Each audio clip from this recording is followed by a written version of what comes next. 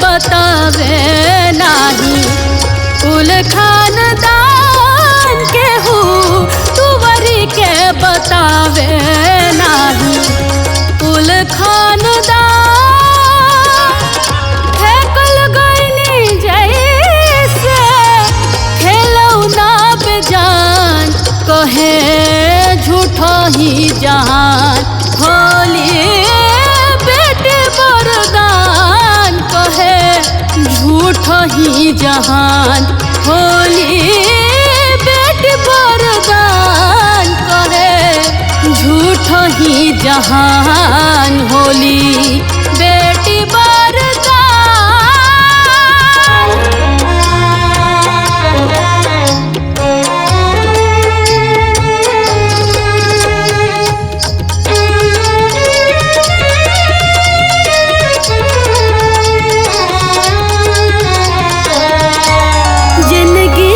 माहुर हमरा जहरो न होई सह जाए दर्द इतना पत्थरो न होई डहकी हाल पो हमरा डहकी हाल पो हमरा रोवे आसमान देखा रोवे आसमान बोला काहे माई बनल बाड़ू तू आन जान बोला काहे माई बनल बाड़ू तू आन जान काहे झूठा ही जहान होली बेटी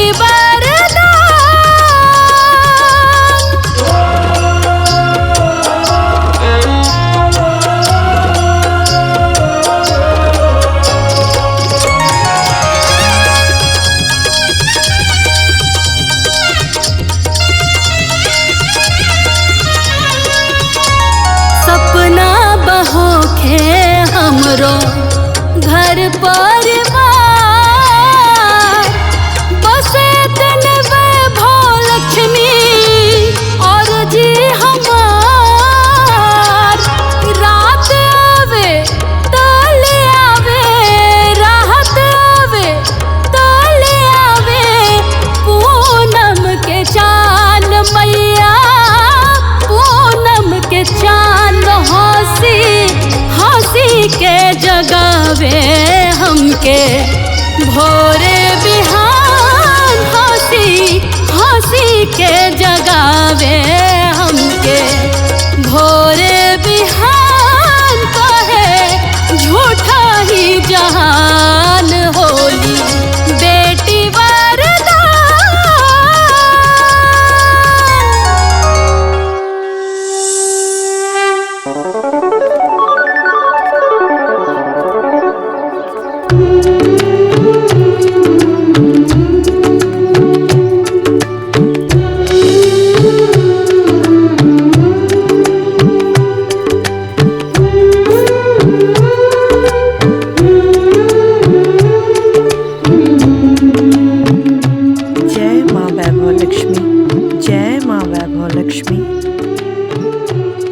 जय माँ वैभव लक्ष्मी बनीले रखो।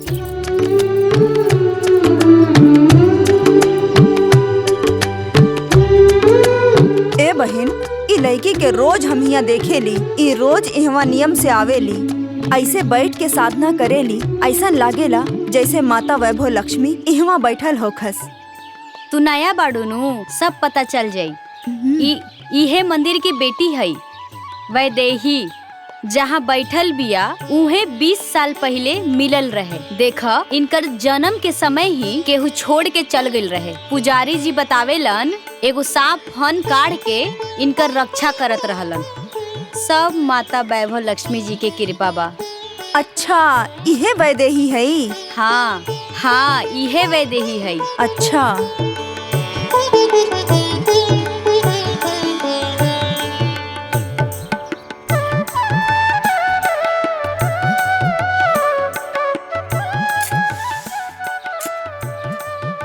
अरे बाबा प्रणाम।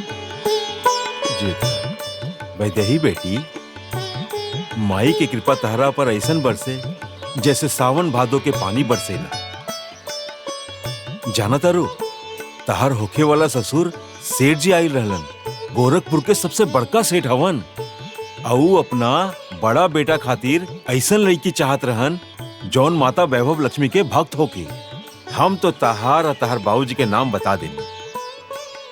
अब माई की कृपा देखा, माई तहार रिश्ता पक्का कर देली।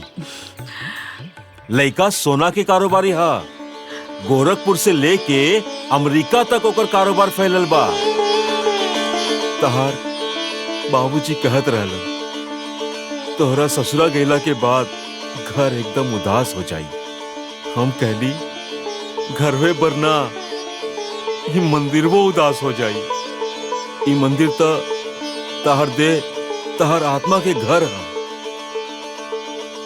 जा बच्ची जा, अपन ख्याल रखिया। जियत रह, माई तोहार रक्षा करिए।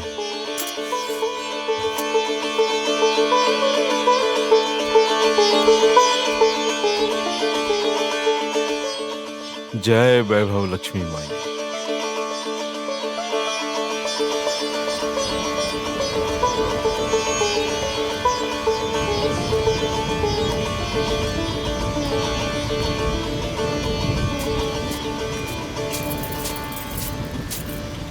तोर करम फुटल बा तो हम का करी। तोर नकली बहन आज नहीं रहत, उस सेठ के घर के बहुत ते बनते। वो जेवर, वो गहना, वो कपड़ा जो नौकरे खातिर पहने का आइल बा, वो पहन के ते रानी जैसन रहते। तो बाबूजी का कही है? बाबूजी का कही है? बाबूजी पैदा भले कह दिले बाटे, लेकिन उनकर पहला पसंद वो है अनाथ। न माई के पता न जात के पता, मंदिर से उठा के लेके चल आई न। अरे हमके पता रहा लो वो हमरे बेटी के जगह ली, वही घड़ियों के नून चटा के मुआ देले होती।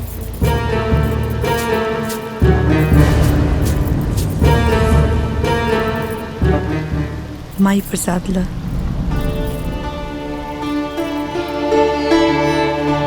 तुम ला उर्मिला। ये हार हमरा बेटी पे बहुत अच्छा लागी। पता ना कहाँ रह गईली। हे माँ वैभव लक्ष्मी, ऐसा ही कृपा बनौले रही हा। बेटी बदेही। जी बाबूजी।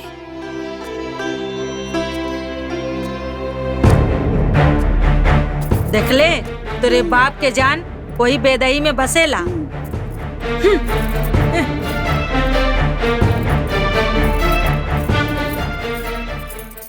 कहाँ रह गईली? आए, इनका पते नहीं खे। आ गईलू? बहुत लेट हो गई मंदिर से आवे में तहरा। हाय देखा तेरा ससुराल से गहना गुड़िया कपड़ा लत्ता कितना कुछ सामान आइल बा। कल पहन के तैयार हो जाइए। अरे तहरे से कहतानी, कल तैयार हो जाइए। बाबूजी, हम आज तक और कोनो बात नहीं की करते। ये सारी कहना साजो सिंगार पे हमार ना उर्मिला के हक बाटे बाबूजी। ई का बकवास करताड़ू? तार दिमाग खराब बा।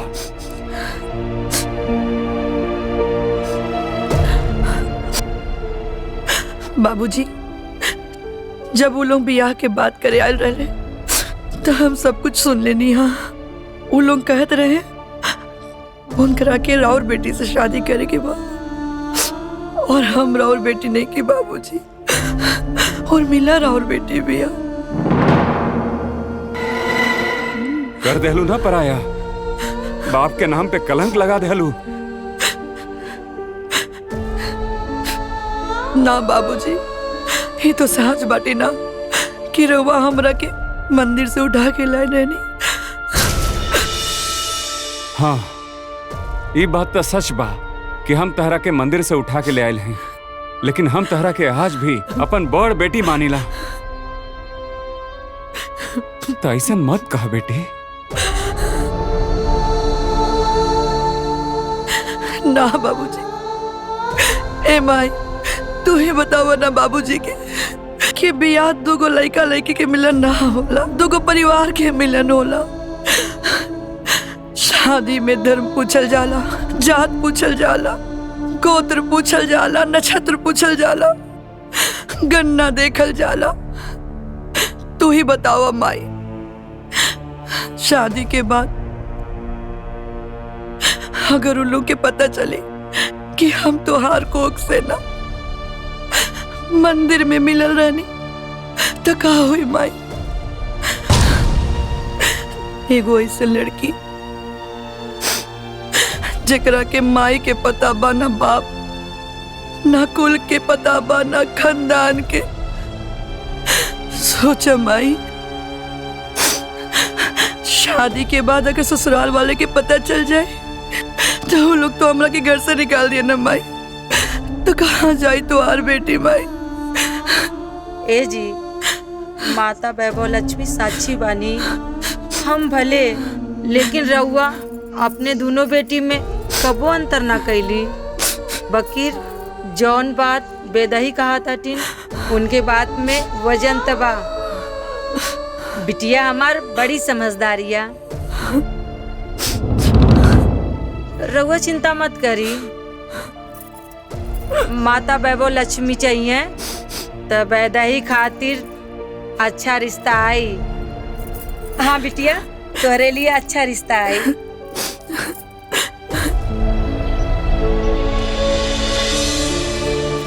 हे भगवान, अभी तक लोग तू ना इतना बेचैन काहे बाड़ू? आ गए ना लोग। अरे आओ, आओ, आओ।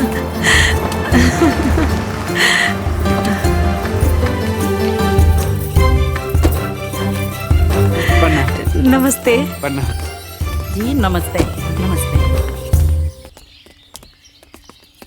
नमस्ते। हाँ नमस्ते। नमस्ते। प्रणाम, वैसे हम हैं लड़की के होके वाली सास। जी। हाँ। और हम हई लड़की के होखे वाली ननद। और हम हैं लड़की के होखे वाला देवर। हम है लड़का के होके वाली सास पुष्पा। नमस्ते। अरे आई आई बैठी। आई बैठी। आओ। आई बैठी बैठी। बैठी।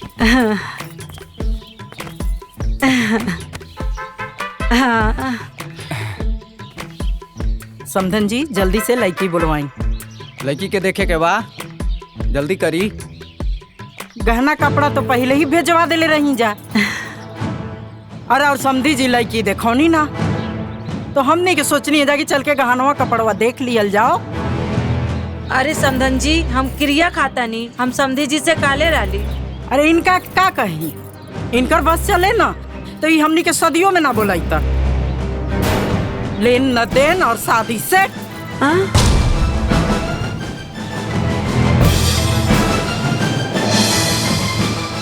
हमरा दरवाजा पर एक से एक लोगन के रिश्ता आवत रहे और एक से एक परी जैसा लड़की मिलत रही सन, लेकिन ई केहू के द्वार पर बैठे ना देलन और यही जाइल बड़न झुक के।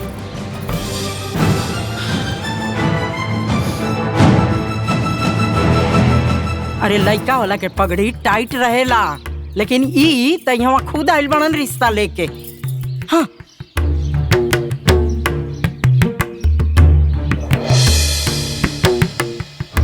जय माता दी। अरे समधन जी, रउआ बड़ा भागशाली बाटी। हमार बेटी रउआ के बहू बनतिया, ओकरे बाद देखल जाई दिन दूना रात चौगुना, धरती आसमान हो जाई। बस बस बस।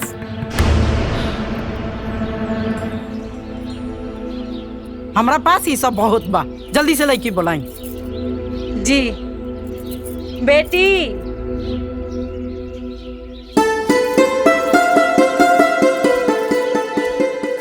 हाँ, आ गई लीन।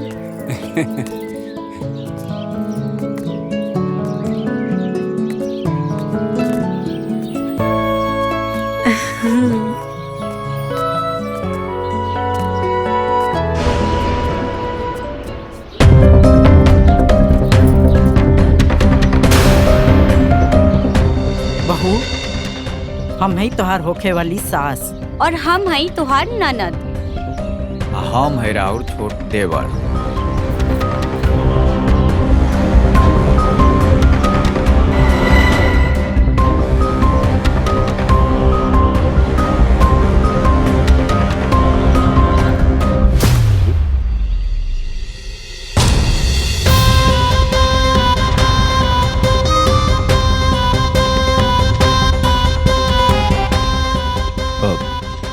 वैदेही से हम अकेले में कुछ बात कर सके नहीं का?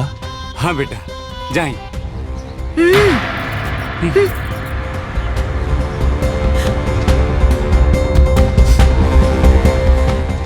वैदेही, जब हमार बाबूजी तो के पहली बार मंदिर में देखलन,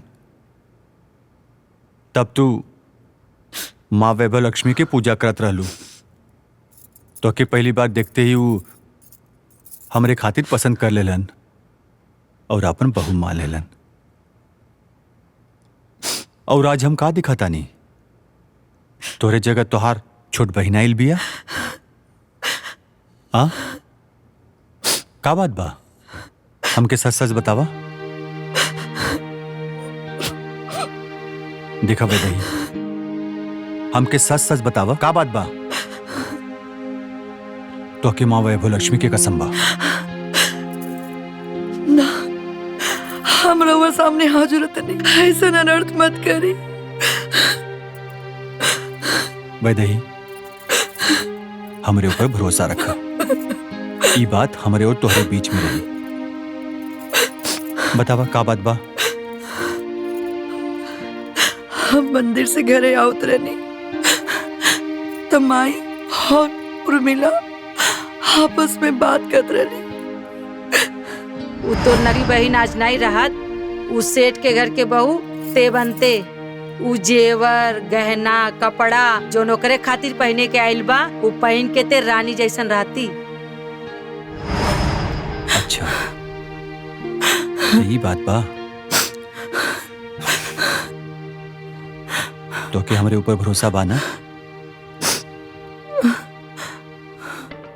दावा चला।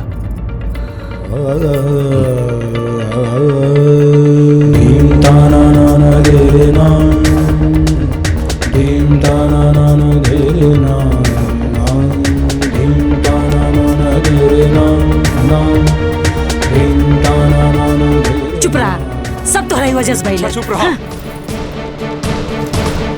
चुप रहा।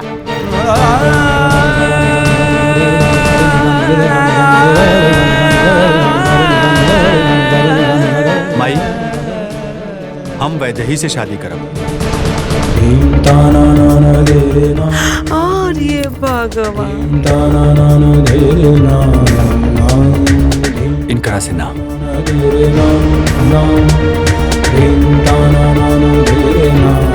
इन्हीं की वजह से पहले हमारे बेटी के भी आना ही होता। हाँ हाँ, अरे तू कहाँ खुदा? पता नहीं ना। सब निकाल के ला। अरे ये का करतर? दिमाग खराब है। चुप हो जा। अरे चुप हो जा, ये का करतर?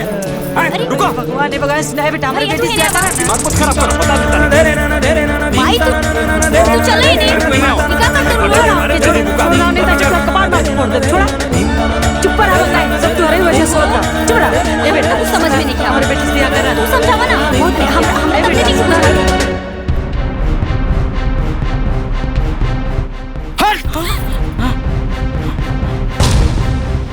बस इतना सा बात बा, तय कर हल भी हमरा पास बा। गोपाल जी, राउर दूगो बेटी भी है और हमार दूगो बेटा। विधि के भी का न्याय बा। हम आदित्य के ब्याह वैदेही से करा देता नहीं और अपन अमन के ब्याह उर्मिला से। ठीक बा? और दोनों के ब्याह एक ही दिन एक ही मंडप में हुई।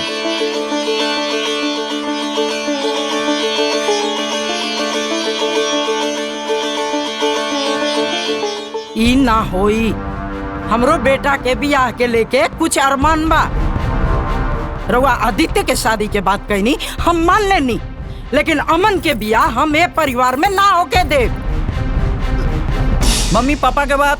ए चुप, ये हमरा मंजूर नहीं खे। राधिका, अरे धन दौलत के हमने के पास कोनो कमी नहीं खे, और कमी होगी तो हम कमा के दे। ये हमरा मंजूर नहीं खे।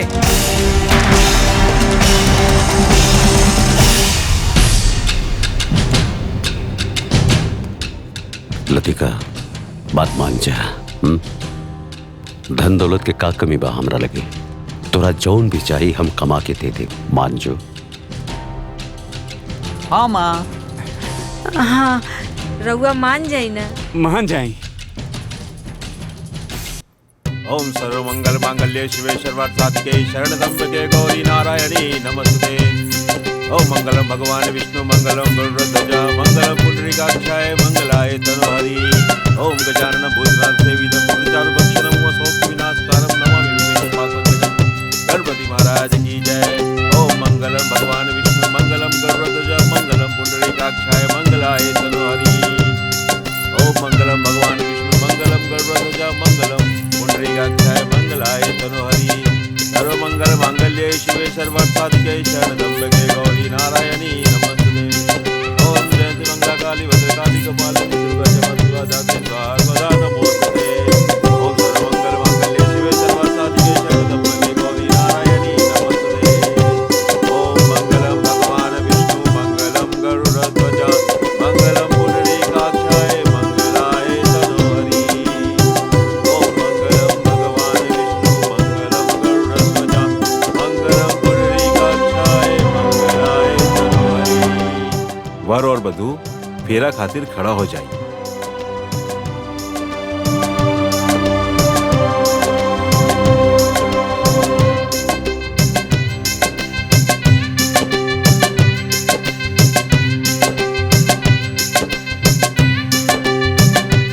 ओम मंगलम भगवान विष्णु मंगलम गरुड़ध्वजा मंगलम पुंडरीकाक्षाय मंगलाय तनोहरि। ब्याह संपन्न भई। वर और वधू आशीर्वाद ले ली जा। बिटिया, ई वैभव लक्ष्मी माई हमेशा तहर साथे रही और तहर रक्षा करी। सौभाग्यवती भवा। दूधो नहाओ पुतो फला।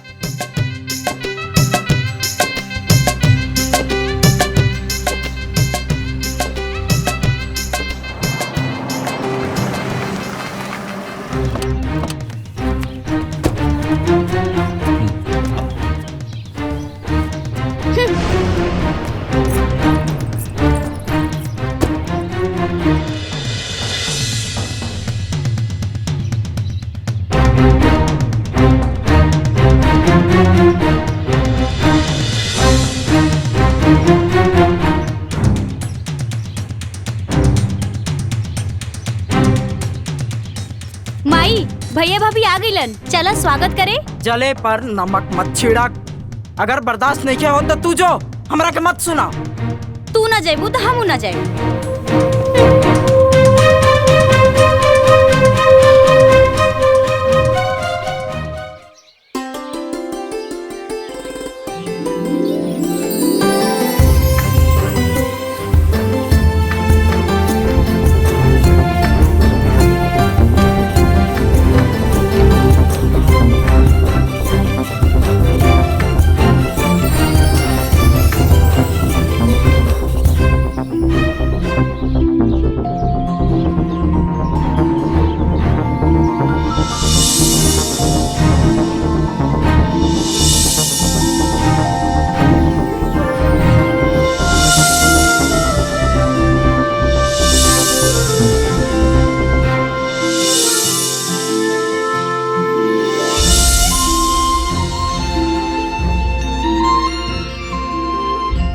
चला,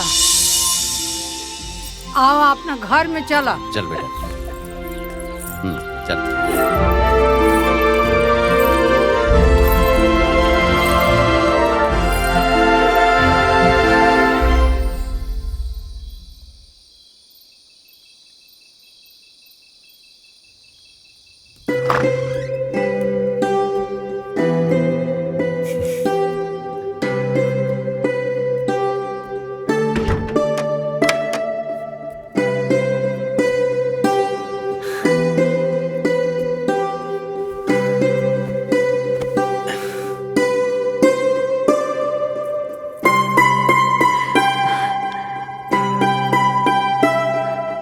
चांद से भी ज्यादा खूबसूरत बाड़ू तू। तू हमरे जिंदगी का सबसे खूबसूरत अध्याय बाड़ू।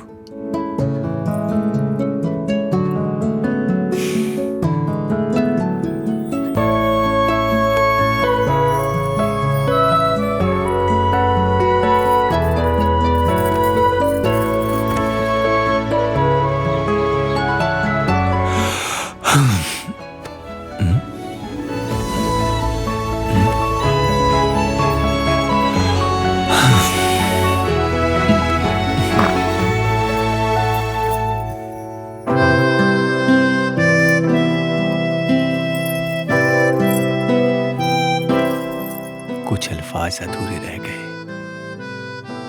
बस एक ही लफ्ज में सिमट कर रह गए।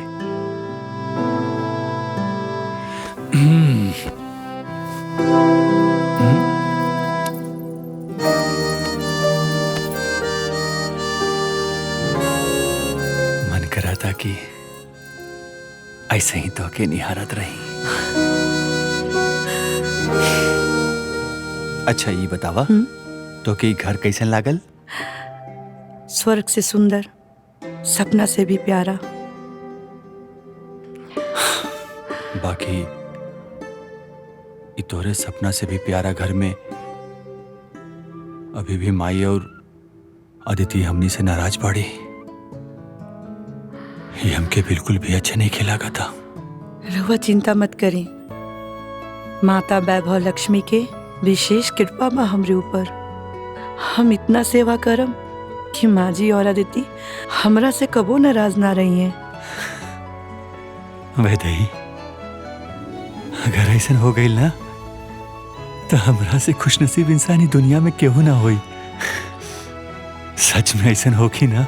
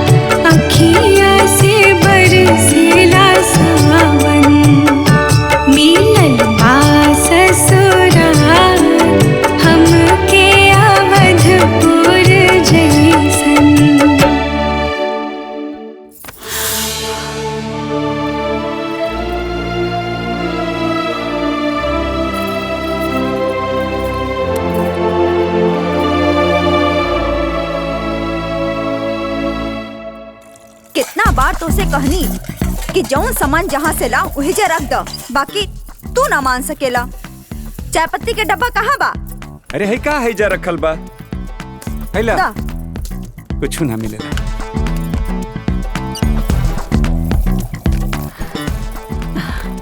सुन लो। हाँ भौजी। आज से खाना हम बनाए। ना भौजी, कल हम खीर बनौले रहनी, सभे लोग अंगुरी चाट चाट के खात रहे।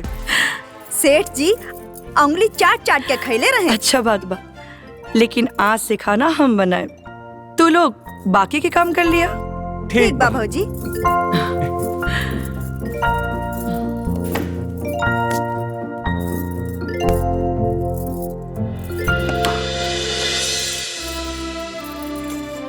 दीदी। का बात बारू मिला, तू ऐसे उदास काहे बारू? दीदी हमार पति कहता रे। का कहता रे? अरे का भाई उर्मिला, कुछ बोला ना। दीदी हमार पति कहता रे तोरा के माँ जी के देखे के बा, तो दीदी से बात मत करा। तारा बिना हम कैसे रहब दीदी? कोनो बात ना, तू अपन पति की बात सुना। पति परमेश्वर होला, और वैसे भी सासू माँ में माँ बसेली और ननद में छोट बहन, समझ लो। जा, हम सब संभाल लें।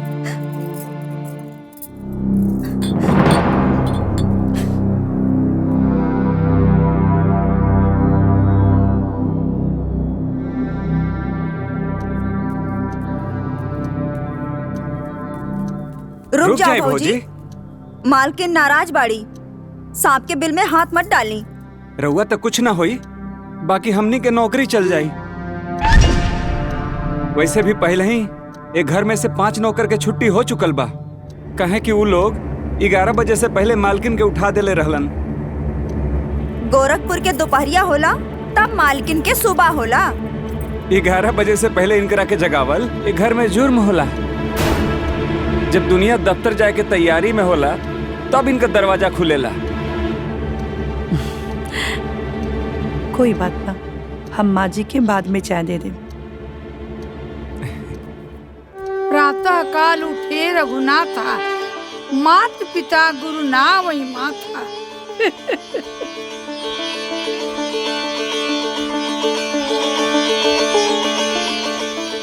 प्रणाम दादी। खुश रह बच्ची। अरे सवेरा तो ये घर में रोज होला, लेकिन आज भोर भइल बा। हाँ, ये घर में तोहरे नियर पतो के जरूरत रहे। आओ दुल्हन, बैठा बैठा। अरे ई का ले बड़ू हो? दादी, ये हमार वैभव लक्ष्मी माँ है। वाह, बहुत सुंदर मूर्ति बा हो। ई हमरा के मंदिर के पुजारी जी देले रहलन। और दादी, ई खाली मूर्ति ना, हमार जीवन के आधार है। अच्छा, हम इनकर रोज पूजा करीला।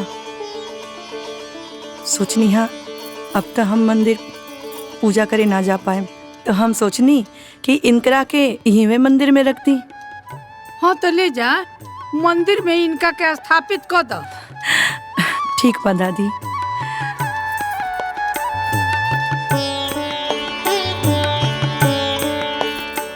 दुल्हन, आज ऊ दिन है जहिया जालंधरी अपना तपस्या से विष्णु भगवान के शालिग्राम में बदल देले रहली।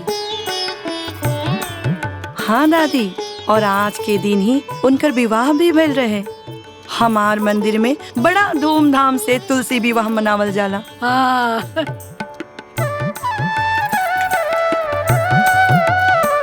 का बात, आज तो दिन बन गई। माई प्रणाम। खूब खुश रह बाबू, बैठा बैठा। और बताओ,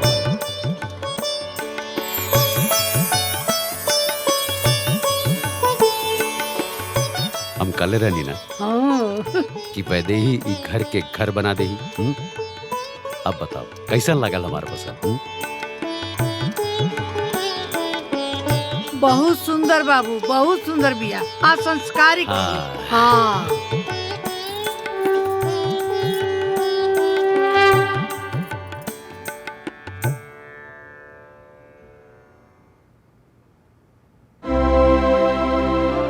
हेलो जी।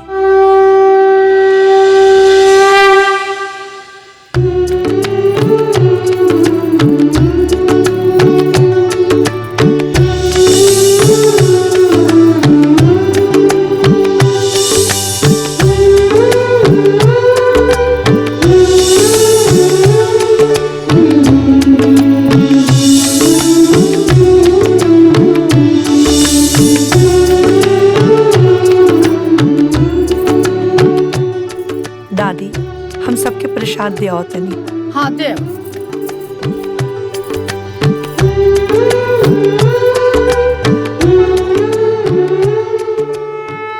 भगवान जी, हम कब्बो रुआ से कुछ न मंगनी, आज पहली बार मांगतानी। हमरा पोता के श्राप से मुक्त कर दी।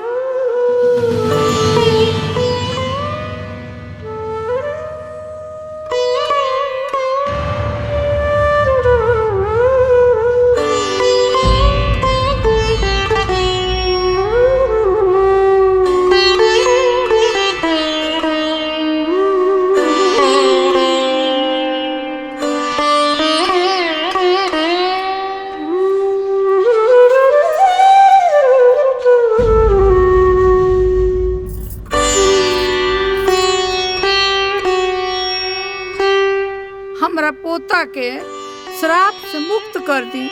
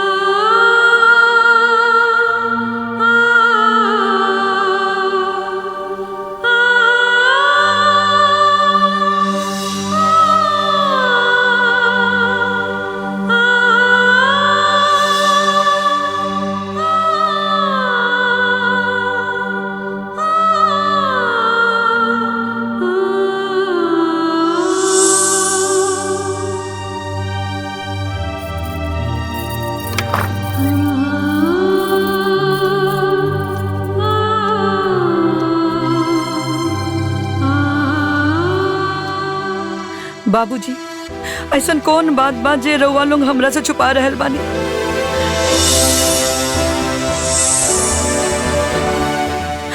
बताई, कौन श्राप बाटे आदित्य के?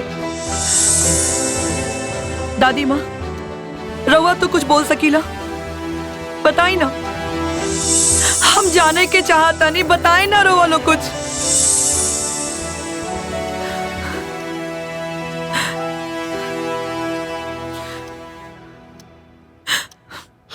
बताई ना बाबूजी, आदित्य के कौन श्राप बाटे? बाबूजी, हम रउआ से कुछ पूछ रहल बानी। आदित्य के कौन श्राप बाटे? दादी माँ, रउआ तो बताई, आदित्य के कौन श्राप बाटे? हमरा में इतना हिम्मत नहीं कि हम तरह से नजर मिलाई और बताई, लेकिन परिवार के इतिहास में आज पहली बार ऐसी घटना हुई कि ससुर अपन बहू के ऐसा बात बताई। लेकिन ये बात बतावे से पहले हम अपन इज्जत तोरा हाथ में रखते हैं।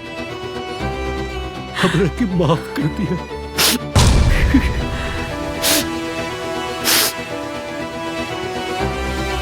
बहू, हम ऐसा रास्ता पे आके खड़ा हो गई बानी कि हमरा कुछ नहीं के समझ में आवत।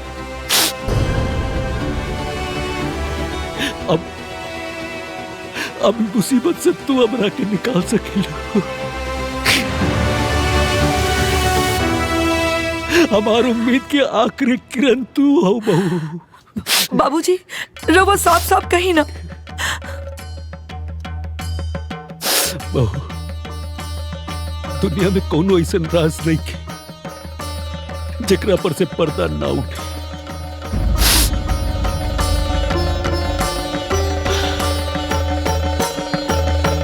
बहू, हर राज पे से एक न एक दिन पर्दा उठेला। आज हम तोहरा के बताई।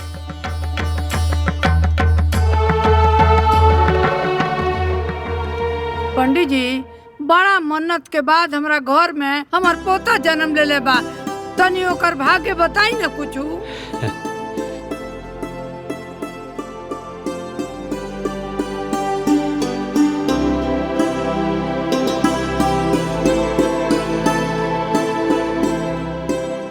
लग्न में राहु केतु और शनि, ये तो छिन्न आयु के संकेत बा।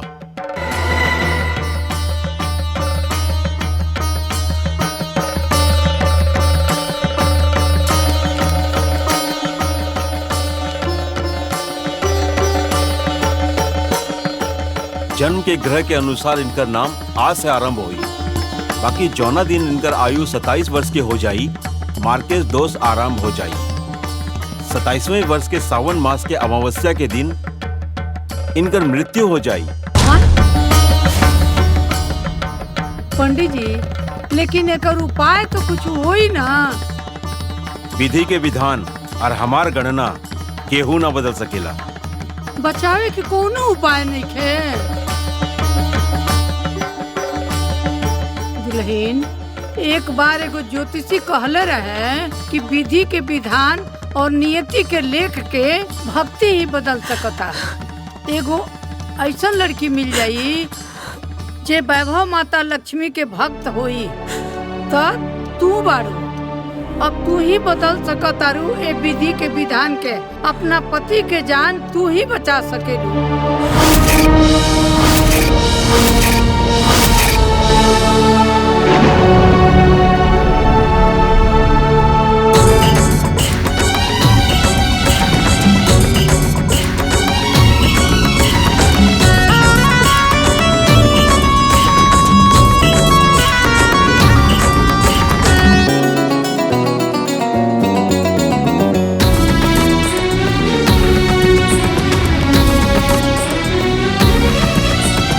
पत्थर की मूर्ति भर है तू, स्वार्थ के अधीन है।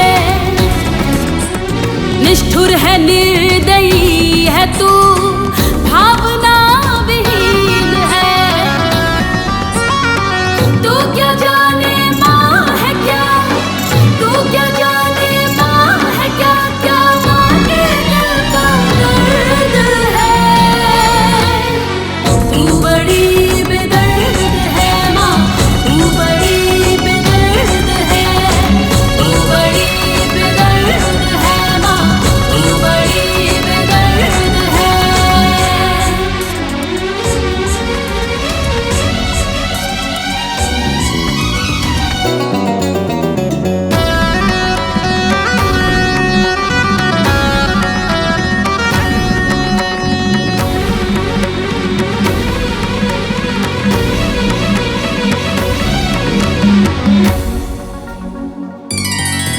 मेरे संग तूने छल किया, इस भक्त को दगा दिया।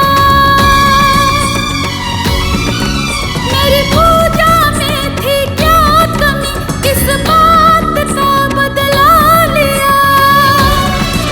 तुझसे मैं आशा क्या करूं, तू खुद में अंधकार है। आशा की है देवी तू, तेरे होने पे धिक्कार है। तुझे मान ही मैं मानती, मेरी भक्ति तुझ पे कर्ज है। तू बड़ी बेदर्द है माँ, तू बड़ी बेदर्द है। तू बड़ी बेदर्द है माँ, तू बड़ी बेदर्द है।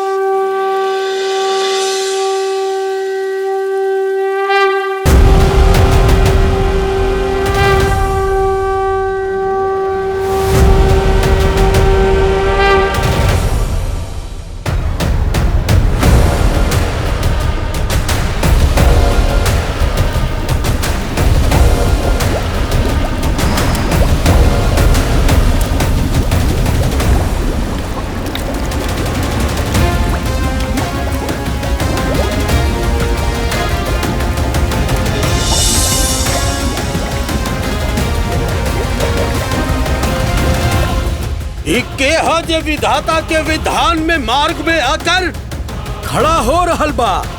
जीव जंतु हो अथवा हो चाहे जंगल, जड़ हो चाहे चेतन, महाकाल ब्रह्मा के साथ मिलकर हम नियति तय कर दहले बानी।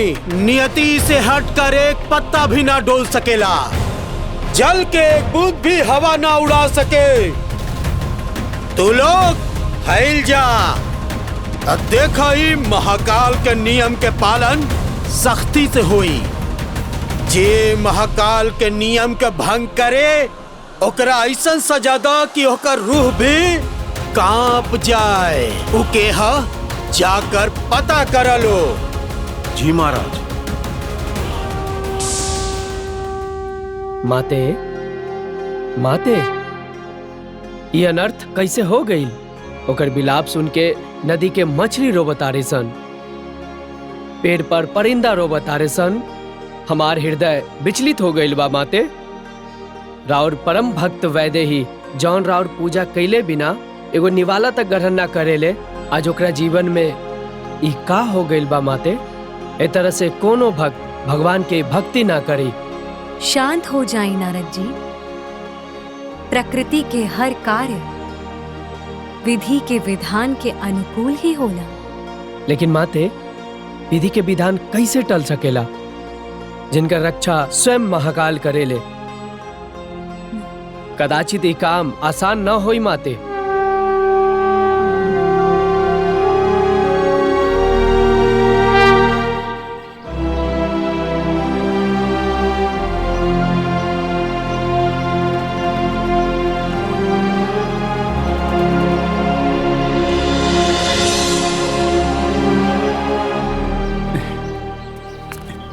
प्रणाम समधी जी। प्रणाम। आई आई आई पंडित जी आई।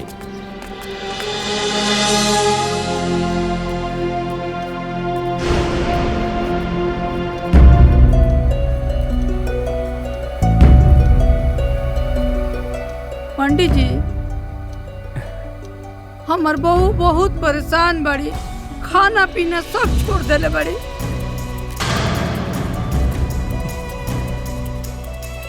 कहा तारी अपना पति के प्राण निकले से पहले हम ही अपन जान दे दे।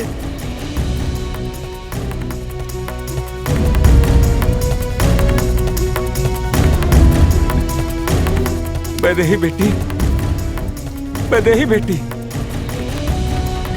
ऐसे कैसे चली? अरे कुछ बोलत काहे नहीं खू? तू तो हमार बहादुर बेटी हो। ए पंडित जी कुछ समझाई। वैदेही बेटी, तू ऐसा करबू ये तो हम सोच भी ना सकत रहे। अरे तुहार बतावल व्रत वाला उपाय से कितना औरतन के माई बने के सुख प्राप्त हो गई, कितना लोगन के नौकरी चाकरी मिल गई, कितना लोगन के कल्याण हो गई। तू जाना तारू, माता वैभव लक्ष्मी के कृपा तोहरा पर बा। तू माना और तू माता वैभव लक्ष्मी के व्रत कर। हमरा पूरा विश्वास कर, व्रत करे से तोहार कष्ट और संकट दूर हो जाए। तू संकल्प ला, एकर रास्ता जरूर निकली। तू संकल्प ला कि 51 शुक्रवार के माता वैभव लक्ष्मी के व्रत जरूर रख।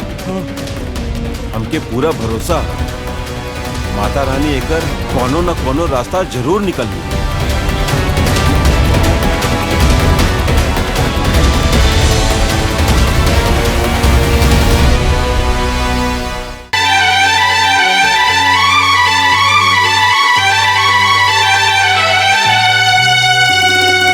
सोने का नारियल तुझको चढ़ाऊंगी, हलवा मखाने का भोग मैं लगाऊंगी।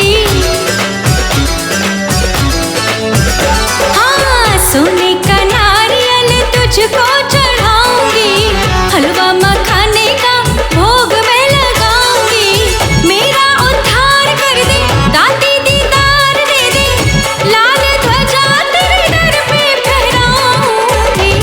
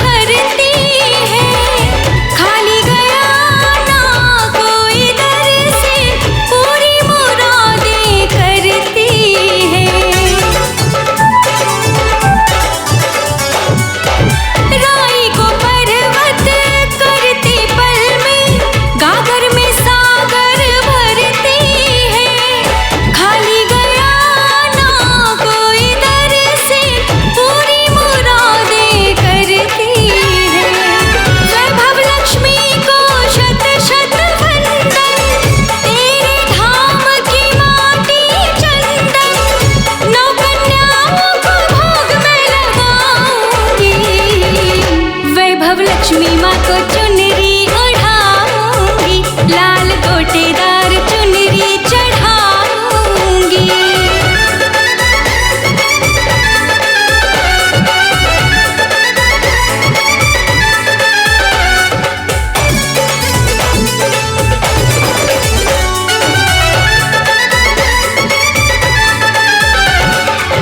शुक्रवार का व्रत 51 पूरी तप निष्ठा से करूं, अक्षत नारियल फूल सिंदूर ले मैया की मंगल आरती करूं। शुक्रवार का व्रत 51 पूरी तप निष्ठा से करूं, अक्षत नारियल फूल सिंदूर ले मैया की मंगल आरती करूं। कर दे दया की मुझ पे नजर माँ, सदा सुहागिन का वर दे माँ, वैभव माँ तेरे जगराते कराऊंगी। लक्ष्मी मैया को चुनरी ओढ़ाऊंगी, वैभव मैया को चुनरी चढ़ाऊंगी, लाल गोटेदार चुनरी चढ़ाऊंगी।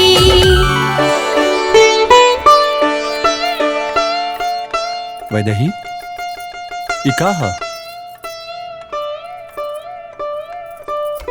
हम रउआ के 7 जन्म तक पति के रूप में आपन बनावे के चाहतानी, रउआ के खोई के नहीं चाहत। अरे हम तो पहले ही तोहार 7 जन्म खातिर हो चुकल बानी।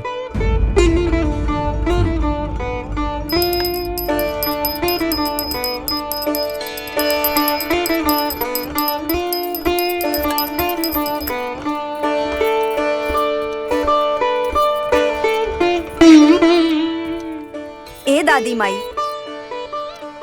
ई केकर पूजा करतानी? अरे ई माई वैभव लक्ष्मी है, ये बहुत जागृत देवी है। जौन मनोकामना लेके कोई आई नु इनका लगे वो सब पूरा करी है। बस भाव और प्रेम होके के चाहिए। हम बड़ा संकट में बानी दादी माई, का हमरो दुख दूर करी है वैभव लक्ष्मी माई? काहे न करी है, ई अमीर गरीब सबके सुनेली। इनका खातिर खाली श्रद्धा और भक्ति होके के चाहिए। इनकर पूजा कैसे करल जाला, तनी हमरो के बता देती।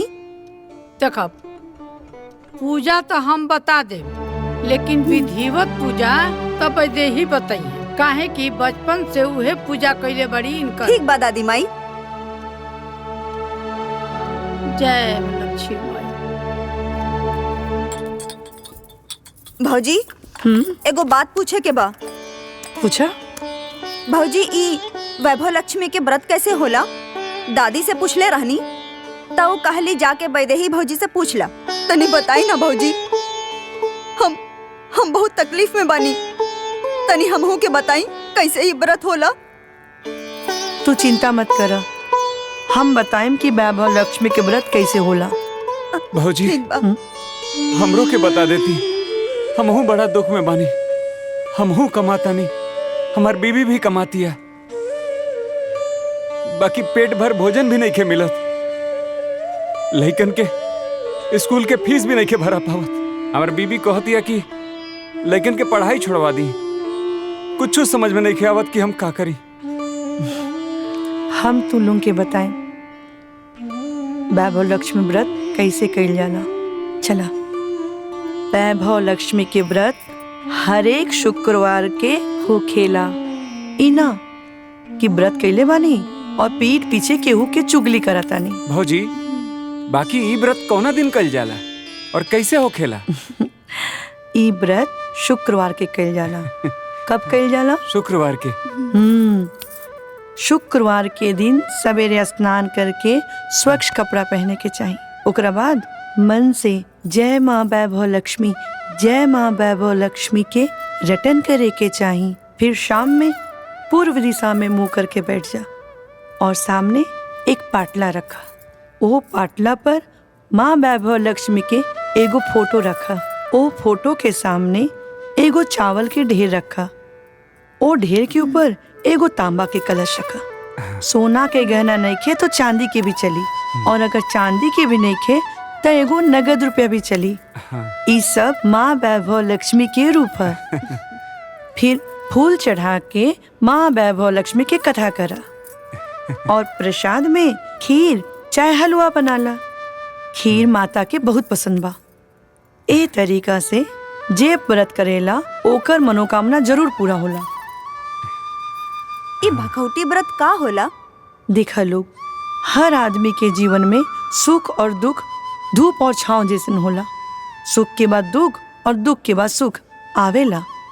ऐसे घबराए के ना चाहिए। माई के व्रत करे वाले के ये बात जान जाए के चाहिए, तू लोग के भी सब दुख दूर हो जाए। माता रानी सबके सुनेली, तू लोग के भी सुनियन। समझ गए लोग? और हाँ, जैसे ही व्रत पूरा होला माँ वैभव लक्ष्मी ओकर मनोकामना जरूर पूरा करेली। अगर मान ली कोनो बीमार पड़ गई तब? तो का भइल, ऊ सब प्रकृति के नियम से ही होला। कोनो बात ना, तू अगला शुक्रवार के व्रत कर ला। ई व्रत में कोनो प्रकार के दिक्कत ना होला। अगर तू लोग के और समझे के बा तो काल हमार पूजा बा, तू लोग आके देख ला भौजी कैसे पूजा करेली। देखा, ई पूजा हम बचपन से कैले बानी, ऐसे हमरा सब कुछ पता बा। अरे बहू रानी, अभी तक स्वतिया चाय लेके ना आई। चाय कैसे आई? अभी तक तो ओकर क्लास चल रहल बा। क्लास? कौन सा क्लास? और के चलावता ओकर क्लास? तोहर पसंदीदा पुतो। चला, चल के देख ला। हमरा घर में कौन सा भगवान के पूजा करे के बा, कौन सा भगवान के नइखे करे के, ओकर निर्णय लेवे वाला ऊ के हिया। ए घर पर सिर्फ हमार हक बा। हमरा घर में केकर पूजा होके के चाहिए, केकर ना होके के चाहिए, ओकर फैसला करे वाला ऊ के हिया। ऊ पूजा थोड़ी कर रहल बिया, ऊ एक घर पे अपन कब्जा कर रहल बिया, कब्जा। तू देख लिहा, इहे रंग रही त घर में तो हर केहू बात ना सुनी, और ऊ एक घर के अपन मुट्ठी में करे के चाहतिया। जाना तनी अम्मा जी, हमरा घर पे भी ओकरे कब्जा रहे, बाबूजी भी ओकरे बात मानत रहे। ई चाल एहिजा ना चली। कहत रहलू ना कि बियाह ना होई, गइल रहू एगो पतोह लावे, दूगो लेके चल अइलू। आज हम ओकर औकात दिखा दे। शांत गदाधारी भीम, शांत। दिमाग से काम ल माई, न त जेल हो जाई। आधा जेल फर्जी दहेज वालन से भरल बा। तूहू ऐसन वैसन कैलू ना त चक्की पीछे के पड़ी, चक्की। दिमाग से चली हा। तू बड़का भैया से बात करो, ऊ तोहर बेटा हवे, आ ऊ उनकर मेहरारू, उहे समझाइए। ठीक बा। आदित्य आवस तो ओकरा के हमरा भी भेज दा। ठीक बा, जल्दी भेजी है। लाहो।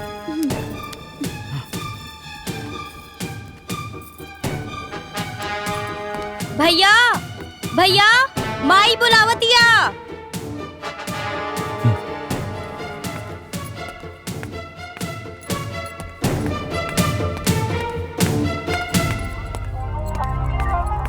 माई तू हमके बुलावत रहलू है का? कोनो खास बात? बैठा। एह घर में 2 घर हो गइल बा, और जब से तोहर मेहरारू आइली तब से तो तू अपना माई के भुला गइला। तोहरा याद बा कि एक ही घर में रह के कितना दिन हो गइल हमनी के बात कइला? तोहरा के बचपन से लेके दूध पिया पिया के हम बड़ा कइनी, तोहर गुह मुँह साफ कइनी हम। लेकिन अब हमरा सर से ऊपर पानी हो गइल बा। अब हमरा से बर्दाश्त नइखे होत। अरे माई, गुस्सा काहे होत बाड़े? ऐसन का हो गइल? बेटा, हम अपना माँ बाप के इकलौती लड़की रही, आ तोहार बाबूजी हमरा बाप के घर में नौकरी करत रहन। हमार बाप तोहरा बाबूजी के पसंद कर लिहलन, सोचलन कि अपना बेटी के ब्याह कर दिहलन। जब से हमें घर में आईनी, सारा कुल खानदान के बारे में हम जानता नहीं, सारा देवता पितर के बारे में हम जानता नहीं। हमनी के कुल देवता सोखा बाबा हवन। और सोखा बाबा ये ना चाहेलन कि ये घर में कोई बाहरी भगवान के पूजा होके। तोहार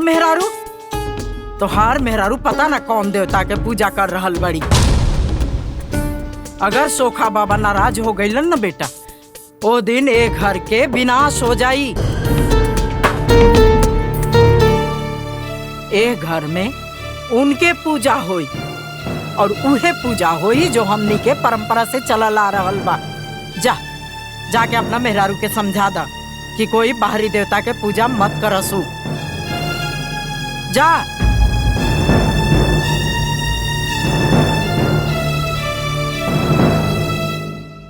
ए बाबू सुना, भूल के भी तू दुल्हन के ये बात मत बतैया, काहे कि ई जौन व्रत करत तारी ना, वो अपना खातिर व्रत नहीं करत, पूरा परिवार खातिर करतारी।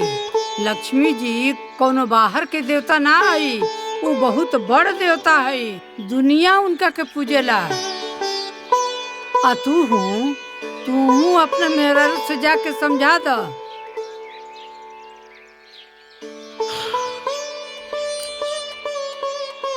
माई वो हमार बात नहीं मानी, काहे कि आदित्य के ब्याह के बाद से हमार बोलचाल बंद बा। ए बाबू, जौने दिन बियाहवा में समझा बुझा के शांत कैले रहलन, वही तरह जाके समझा दे बेटा।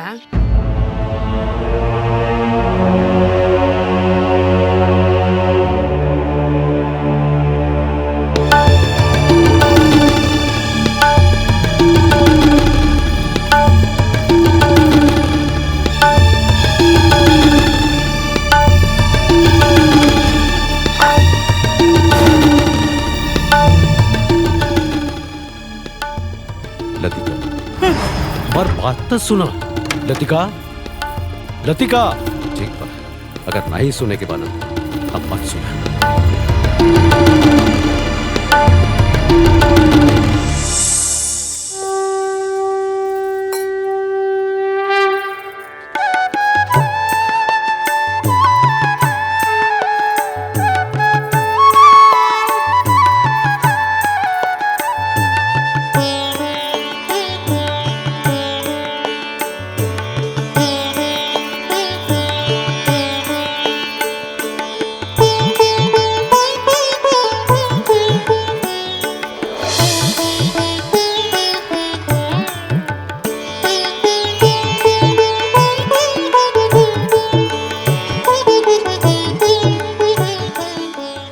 बड़ा शहर था।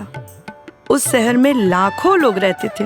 पहले के लोग एक दूसरे के साथ रहते थे, पर नए जमाने के लोगों का स्वरूप ही अलग सा है। सब अपने अपने काम में रत रहते हैं, किसी को किसी की परवाह नहीं होती। घर के सदस्यों को भी एक दूसरे की परवाह नहीं होती है। भक्ति भाव, दया, माया, परोपकार जैसे संस्कार कम हो गए। चोरी, डकैती वगैरह बहुत सारे गुनाह होते हैं। कहावत है कि हजारों निराशा में एक अमर आशा छुपी हुई होती है। ऐसे अच्छे लोगों में शीला और उसके पति की गृहस्थी मानी जाती है। शीला धार्मिक प्रवृत्ति और संतोषी थी। उसका पति भी विवेकी और सुशील था। शीला और उसका पति ईमानदारी से जीते थे। वो किसी की बुराई और चुगली नहीं करते थे।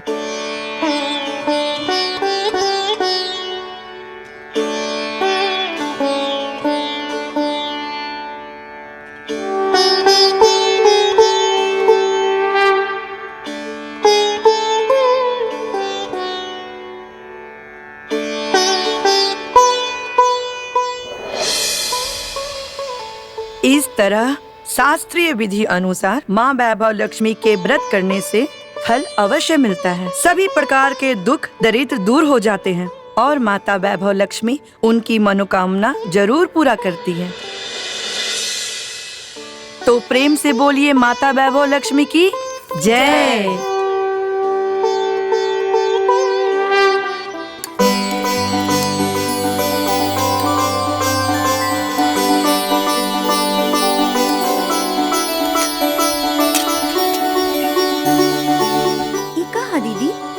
यह खीर पूरी आज इहे भोजन मिली। दीदी हमरा मछली खाए के मन करता। आज मछली ना बनेला, आज हम व्रत के निहा। पंडित जी कहले ना इहे भोजन बनी। दीदी आज बहुत मन करता हमरा मछली खाए के। उर्मिला 7 दिन में 1 दिन मांस मछली ना खेबू तो कुछ बिगड़ ना जाए। ई खाना में बहुत स्वाद बा।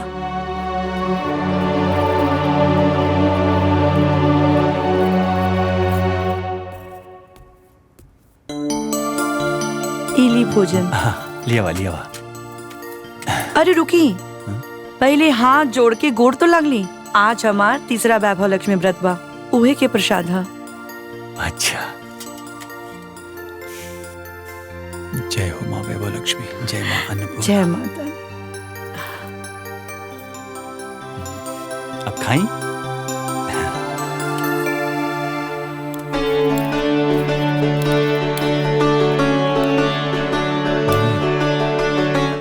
प्रसाद बहुत टेस्टी बनैले बाड़ू।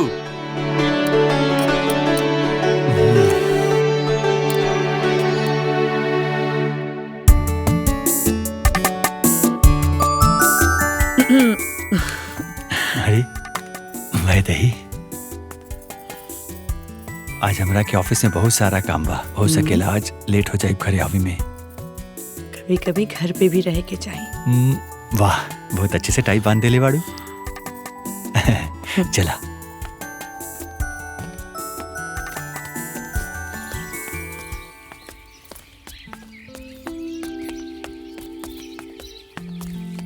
ए जी, आज हमू चली रहुआ साथे ऑफिस। आज रहुआ के अकेले छोड़े के मन नहीं करत। आय हाय, तो हूँ चला ना ऑफिस। अब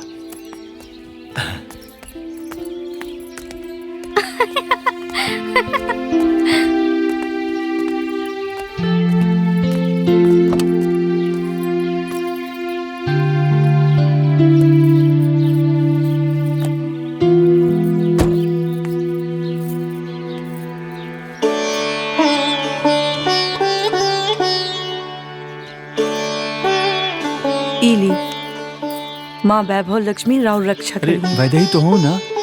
रहुआ के माँ वैभव लक्ष्मी पे भरोसा नहीं के? तोहरे ऊपर तबा ना। तू दिन कहा था दिन, तू रात कहा था रात। जय हो माँ वैभव लक्ष्मी की। अब जाई। चला, अपन ख्याल रखा।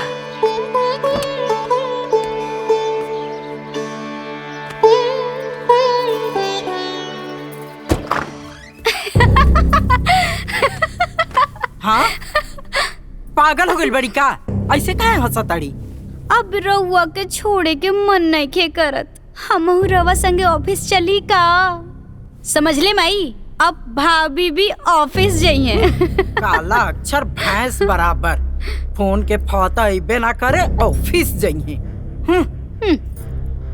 पर एगो बात बा माई, भैया के पूरा अपने बस में कॉले ली बिया, यही से तो पूजा पाठ करेली। यही से भैया जौन भी काम करेला सब ओकरा से पूछ के करेला। यही सब चलत रही ना माई, तो कब ताहरा के हमरा के कभी घर से निकलवा दी पतो ना चली। हमरा कबो न पता रहे कि हमार बेटा ऐसे बदल जाए। अब तक कुछ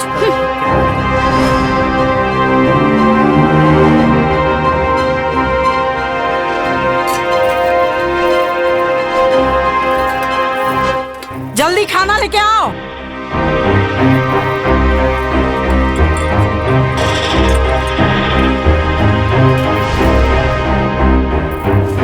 ई कहा रे? ई के बनौले है? हम का पूछता नहीं, तोरा मुंह में जबान नहीं खे? तू बोलत काहे नहीं खस? खाना ना है, प्रसाद है। बड़की भौजी बनौले बाड़ी।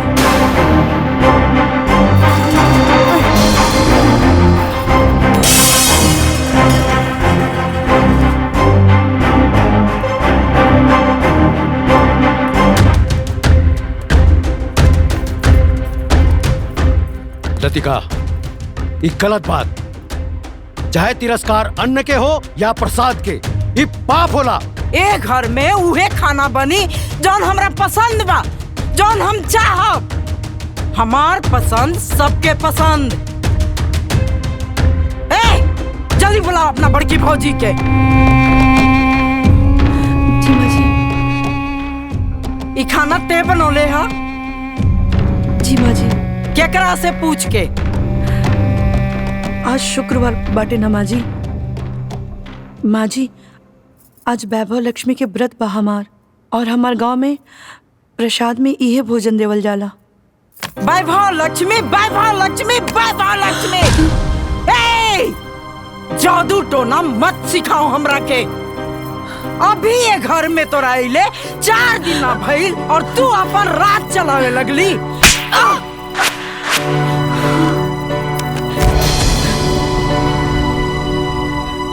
लतिका! बस अब और ना। ई घर हमरा बाप के दियाला। ई घर हमरा नामे बा।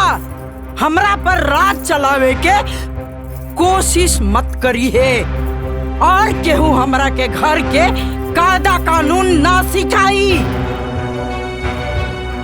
ई हमरा बाप के घर है। 1 मिनट लगी सबका के बाहर निकाल देब हम। हाँ, हाँ।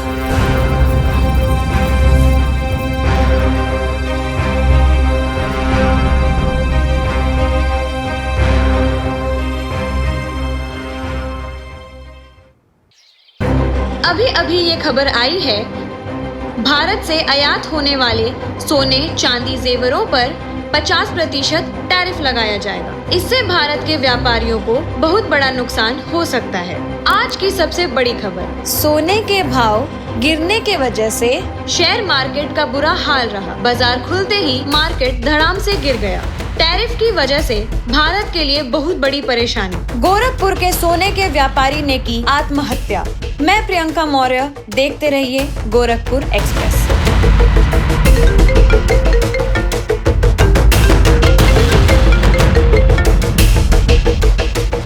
हाँ बाबूजी। बेटा, वैदेही बेहोश हो गई बाड़ी।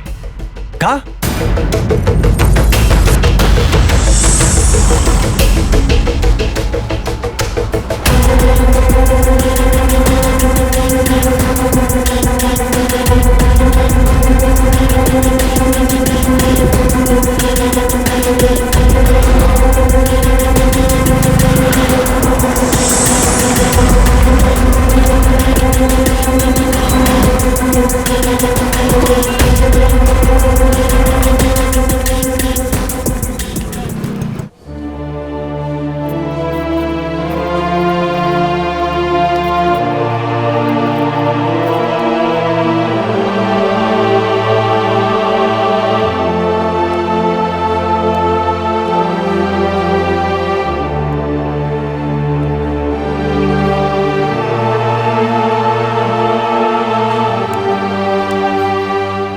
घबराने की कोई बात नहीं है,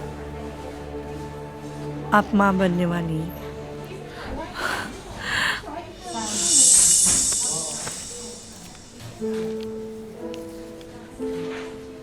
देखिए, इन्हें किसी बात से हर्ट हुआ है, परेशानी की कोई बात नहीं है, सब ठीक हो जाएगा, थोड़ा ख्याल रखिए। जी। और एक खुशखबरी ये भी है, ये माँ बनने वाली हैं।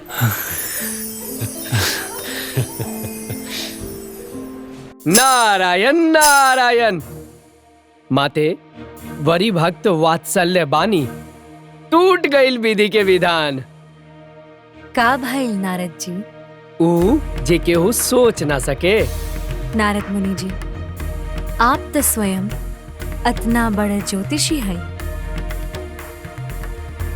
सीधे सीधे बताई, पहेली काहे बुझा रहल बानी? माते, आपके प्रताप से विधि के विधान बदल गईल। माता जीत गई नी और नियति हार गईल। विधि के विधान में आदित्य के कोनो संतान न लिखल रहे, अब वैदेही के गर्भवती होखे के खबर आ गईल। नारद मुनि जी, भक्त की भक्ति में अत्यंत शक्ति होला। भक्ति से विधान के बदलल जा सकेला, और जब भक्त चेतना के अवस्था के पार कर जाला, त स्वयं उपस्थित होखल आवश्यक हो जाला। नारायण नारायण, समझ गई नी माते।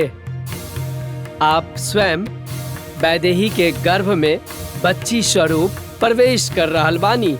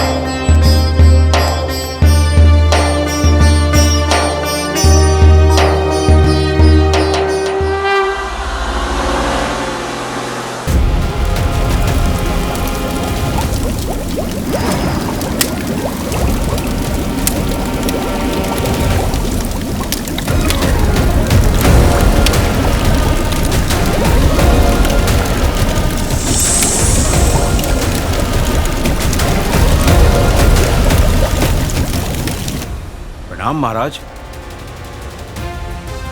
महाराज, विधि के विधान तोड़े वाला के पता चल गई बा के बाऊ। आदमी होके तो गलती मानल जा सकेला महाराज, अगर वो देवी होके तो का कइल जा सकेला। विधि के विधान तो वैभव लक्ष्मी तोड़ रहल बड़ी, उस स्वयं वैदेही के गर्भ में जाके बैठ गई बड़ी महाराज। आदमी होके या देवता, काल के दंड से केहू न बच सके।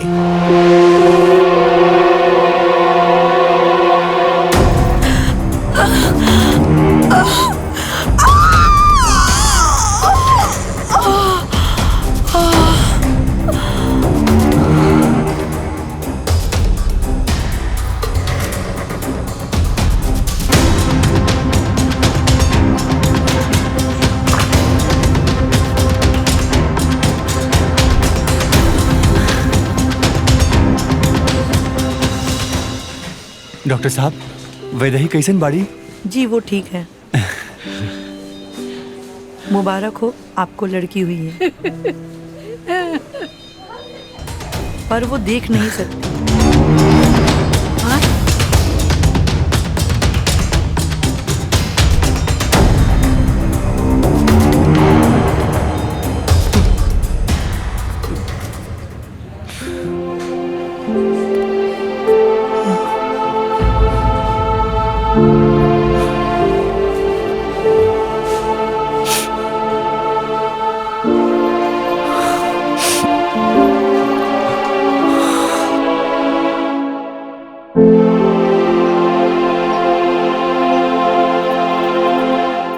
माई माई माई हमनियों के हॉस्पिटल जाए के चाहिए। चुप, जब देखा तब फौजी के पिछले गो भइल रहेलन। चुपचाप चाय पी, हॉस्पिटल जइहन। माई, अदिति, तू इतना परेशान काहे लागत तारू? का भइल? माई, भाभी के लड़की भइल बिया, लेकिन का? आन्हर भइल बिया, आन्हर।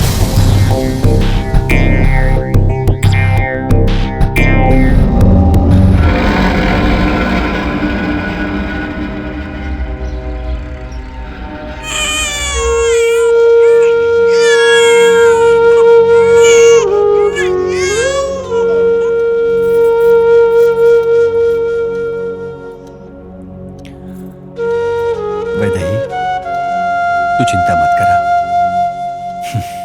हम अपने बिटिया रानी के आंख के इलाज ये दुनिया के सबसे बेस्ट डॉक्टर से कराए।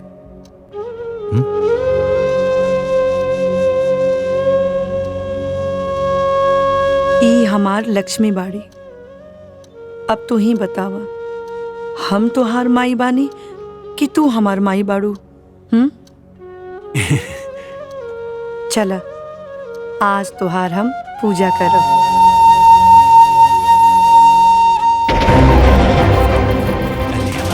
देख लेना लोग, सोखा बाबा के गुस्सा और माता वैभव लक्ष्मी के व्रत के असर। कान खोल के सुन ला लोग, आज के बाद हमरा घर में माता वैभव लक्ष्मी के पूजा ना होके के चाहिए। बहुत नुकसान देख लेनी हम, अब नहीं देख सकत। अगर हमरा घर में माता वैभव लक्ष्मी के पूजा या भइल ना तो हमरा से बुरा केहू ना होखी।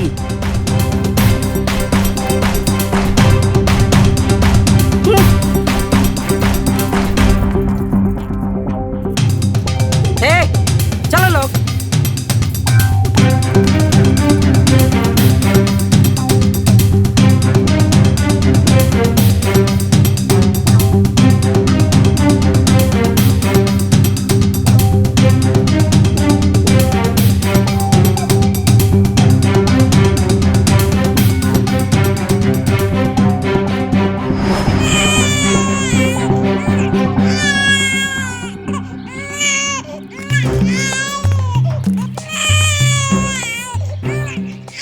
अरे केकर बच्चा बा हो, आवा देखल जाओ।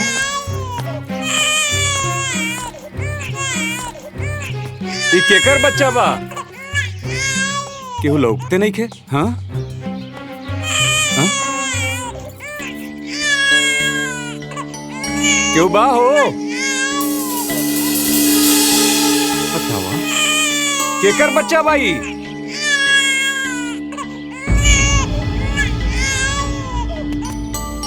मत छुई ना। अरे पुष्पा, देखा ये माई का आशीर्वाद बा हमनी के ऊपर। अरे छोड़ी, पता नहीं क्या कर पापा उठा ले ली आप। अरे देखा कितना प्यारा बच्चा बा, एकरा के छोड़ देम सन तो कुत्ता सियार नोच के खा जाई। अरे आपन बाल बच्चे होई हैं तो ओकरा का होई। आपन हुई है तो ओकरों के पाल लिहल जाई, लेकिन एकरा के ले चलल जाओ पुष्पा। आप नहीं मानल जाये, एकरा पालल जाये। हाँ तो ठीक बा, आप पाली हम जाते।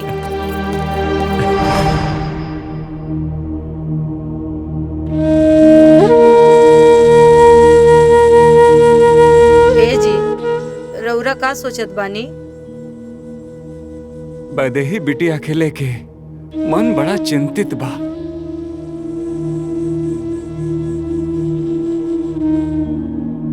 रउआ कबो दोनों बेटी में कबो अंतर ना समझनी। हमई अभागन वो अनाथ के प्यार के ना समझ पैनी। हमरा बेटी से भी ज्यादा वो हमरा से प्यार कैले। भगवान ओकरा के बेटी दिया ना, वो भी अंधी। हमेशा भगवान अच्छे के साथे बुरा काहे करे न?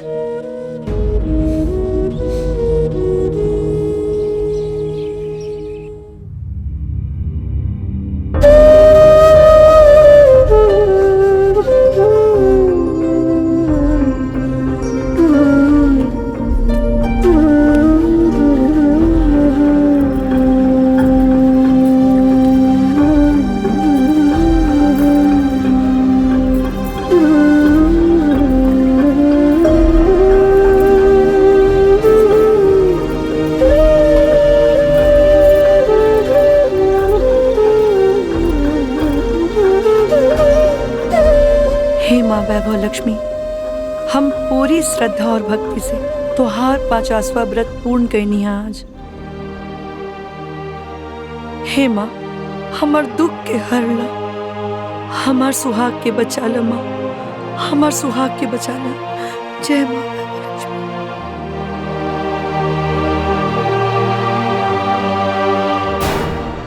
अलख निरंजन, अलख निरंजन।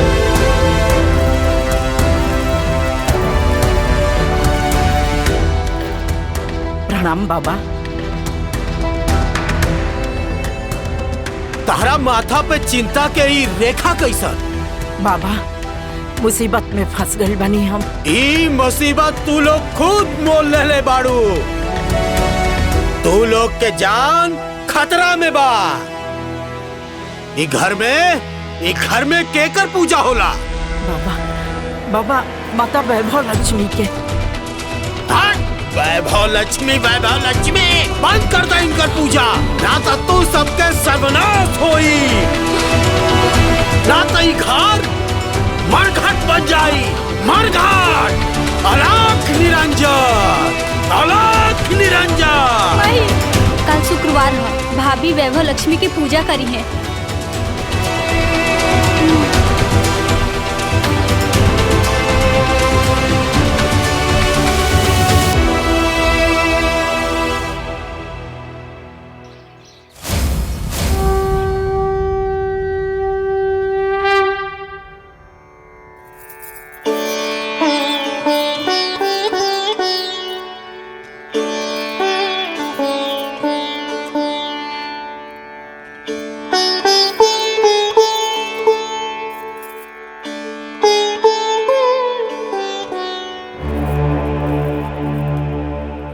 वैभव लक्ष्मी के पूजा बंद करबे की ना?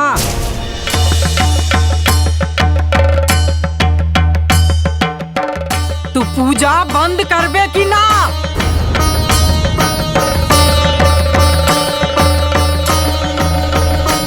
तू पूजा बंद करबे की ना?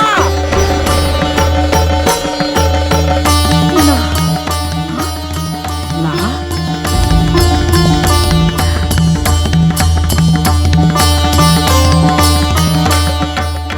ना?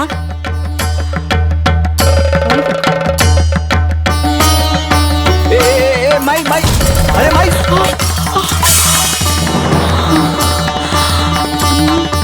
जल्दी से हमार घर खाली कर दे, जल्दी निकाले इजा से। देख माई, ई जोन ते करत बाड़े ना, ई सही नहीं खे। ए चुप, जौन हम कहता नहीं वो चुपचाप कर।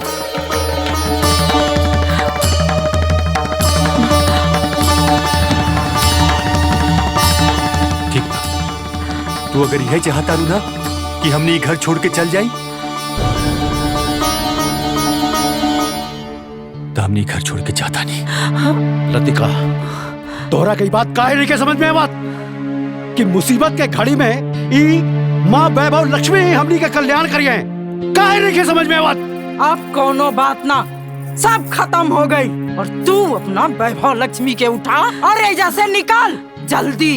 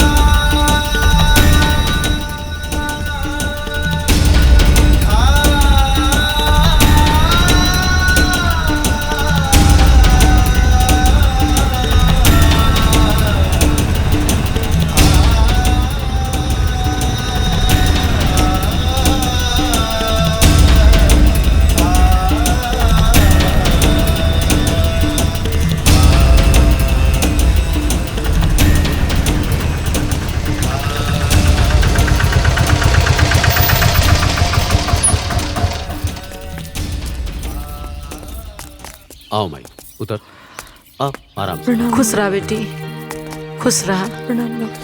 खुश रह। प्रणाम प्रणाम प्रणाम। नमस्ते। खुश रह लोगन बच्चा।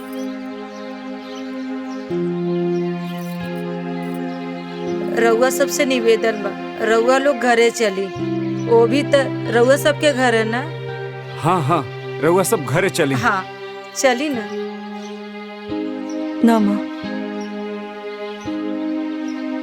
माँ वैभव लक्ष्मी हमार इम्तिहान लेवत हरी और हम ये इम्तिहान देवे के चाहता नहीं। और ये मंदिर तो हमार घर है, रवा लोग चिंता मत करी। हाँ वैदेही ठीक कहा तारी। अब आपसे परेशान मत हुई जा, हम बानी ना, हम कोनो न कोनो रास्ता जरूर निकाल लेब। वैदेही चलिए। चला चला चल दादी।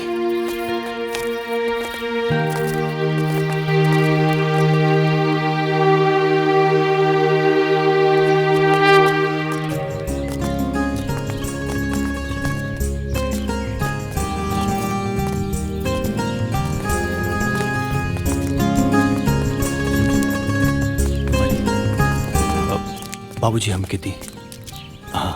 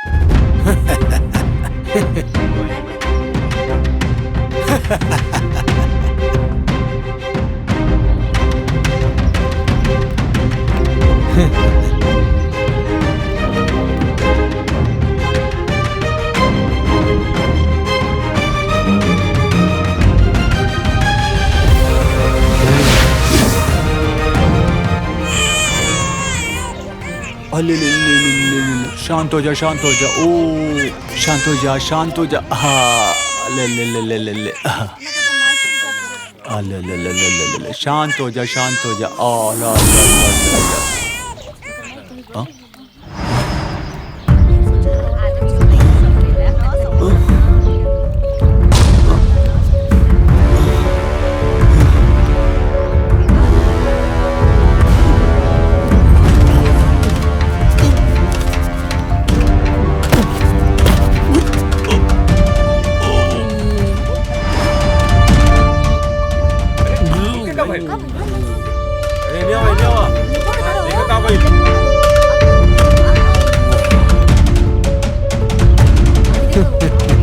आदित्य आदित्य आदित्य आदित्य आदित्य कहाँ बोल बेटा? आदित्य ये बेटा ये कहाँ हो गई?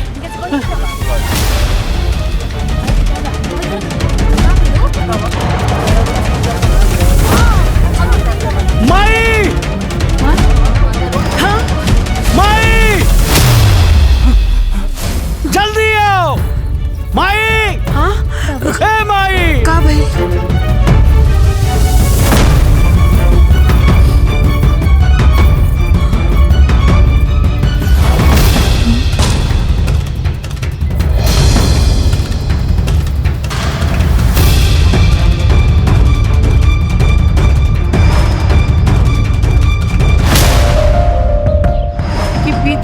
विधान और नियति के लेख के भक्ति ही बदल सकता। अब तू ही बदल सकता रू ए विधि के विधान के। अपना पति के जान तू ही बचा सकेलू।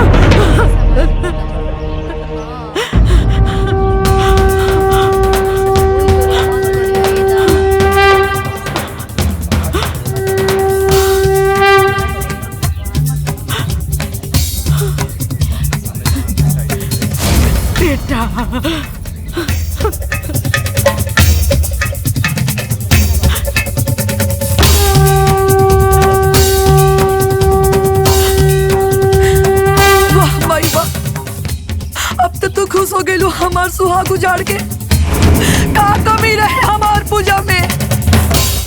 अभी तो हम अपन जिंदगी की शुरुआत भी ना केले रहनी माई, और तू हमरा से हमार सुहाग छीन ले लू। हमार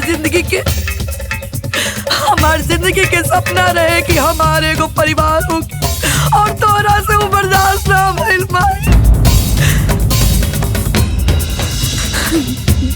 बचपन से हम तोहरा के अपन माई मनली, तुहार पूजा अर्चना में कोनो कमी ना कईनी। यह दिन देखे खातिर बोला माई।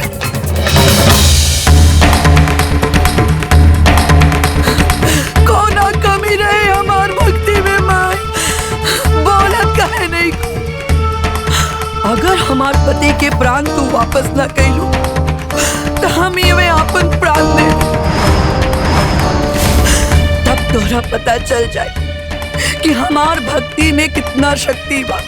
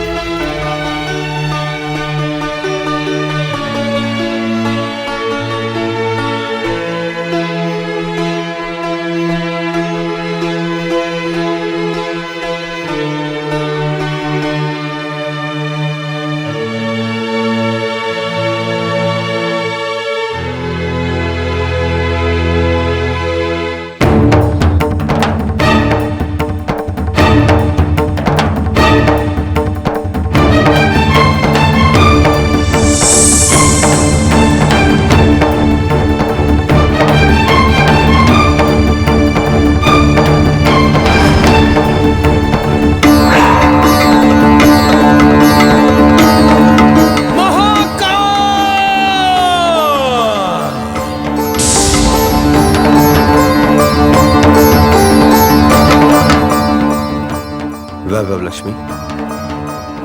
देवों के देव महाकाल के वैभव लक्ष्मी के प्रणाम। महाकाल वैभव लक्ष्मी देवी होके विधि के विधान के बदल रहल बाड़ी। हे महाकाल,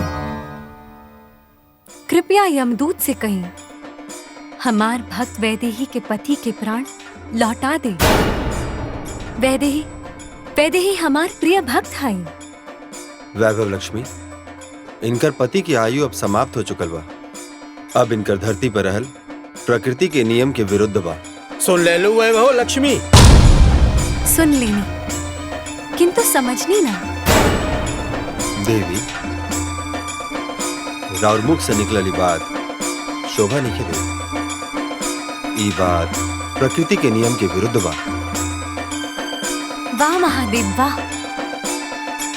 याद करें, अपन भक्त मार्कंडे की रक्षा हेतु आप यमदूत से लड़ गए नहीं, आओ कर प्राण वापस कैले रहे। महाकाल, एक कैसा न्याय बा राउर। राउर भक्त भक्त हा, अवैभव लक्ष्मी के भक्त भक्त ना हा।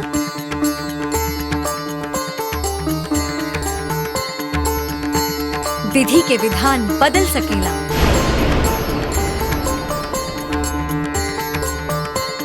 ई सब हम रउए से सीखने बानी। हे महाकाल, न्याय करी, न तो आज के उपरांत जगत में केहू राउर न्याय पे विश्वास न करी। देवी, जगत में सबसे बड़ा होला ज्ञान, ज्ञान से बड़ होला वैराग्य, और वैराग्य से भी बड़ होला भक्ति। हे वैभव लक्ष्मी, तू हमरा की बात याद दिले लू, ओकरा ला धन्यवाद। यमदूत, वैदेही के पति के प्राण तू वापस कर दे। वैभव लक्ष्मी, तहरा पे हमरा अभिमान बा। आज के उपरांत तहार व्रत करे वाला हर भक्त पर हमारी दृष्टि रही। हम स्वयं आगे बढ़कर उनका सारा मनोकामना पूरा करब।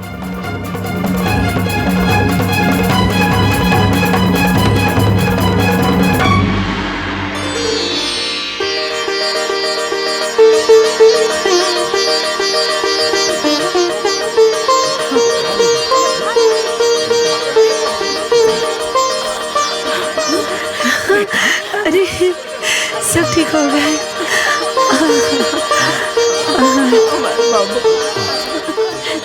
आदित्य, बिटिया तो देखा दिया। देख, हाँ, देख, हाँ, बिटिया, बाबूजी, हमारी बिटिया ठीक हो गई। हाँ, अभी देख सकेली।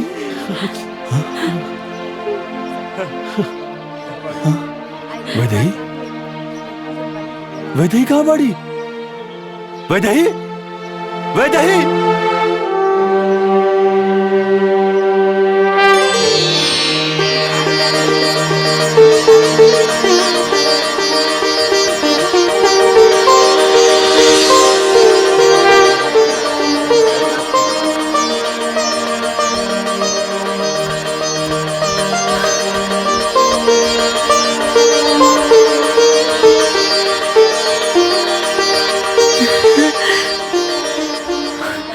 ठीक बानी? वैदेही, देखा अपनी बिटिया का आंख वापस आ गई। अभी देख सकेली, ये सब देख सकेली। आज हमके पता चलल कि तो वो दिन हमारे हाथ में रक्षा बांध के 7 जन्म तक साथ निभावे के बाद काहे कहत रहा। वैदेही, ये कहा? हम रउआ के 7 जन्म तक अपन बनावे के चाहतानी, रउआ के खोई के नहीं चाहत। अरे हम तो पहले ही तो आज 7 जन्म खातिर हो चुकल बानी। तो के पहले ही से अंदेशा रहल ना। कि हमरे साथ कुछ अनहोनी होके वाला बा। बाकी तो के अपनी भक्ति के ऊपर पूरा भरोसा रहल, माँ वैभव लक्ष्मी के ऊपर पूरा भरोसा रहल कि वो तोरे साथ कुछ गलत ना होके दी। आज तक हम बस कहानी में सुनत आवत रानी कि सावित्री जी अपने भक्ति के दम पर यमराज जी से लड़के अपने पति सत्यवान की जान वापस लेके आए रानी। आज वह काम तू कैले बाड़ू। माँ वैभव लक्ष्मी के भक्ति के दम पर तू हमारी जान वापस लेके आए बाड़ू।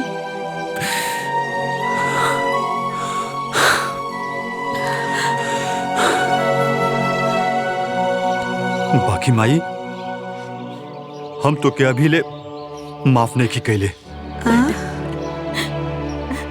बेटा आदित्य,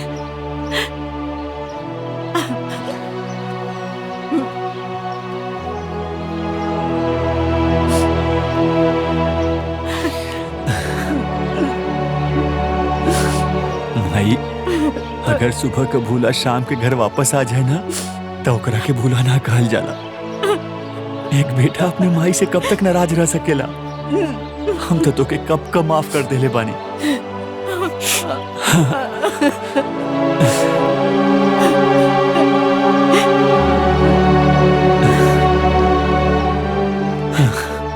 बहू, अब हम कौना मुंह से तोरा से माफी मांगे।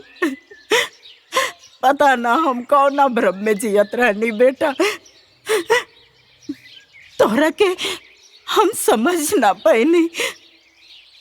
अमीरी गरीबी अनाथ ये सब बकवास चीज होला बेटा। सबसे बड़ चीज होला संस्कार, जौन की तोहरा में शुरू से रहल बा।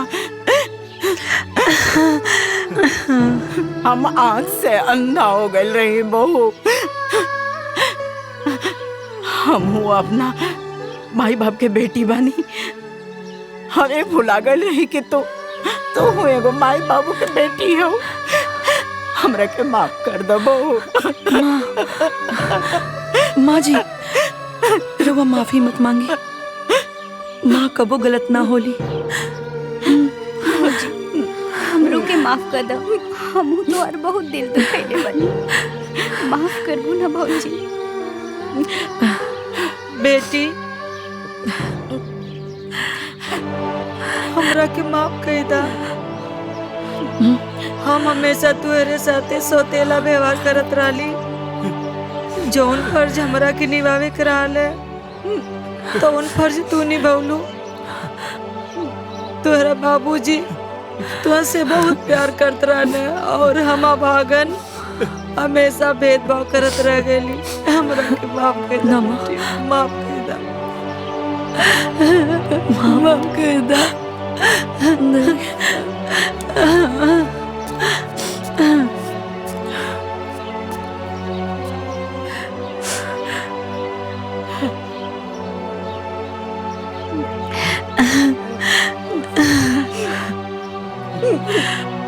बाबूजी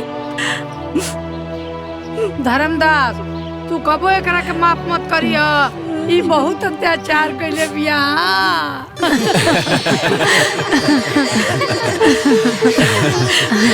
हम कहले रहनी ना माँ वैभव लक्ष्मी सबके परीक्षा ले रही।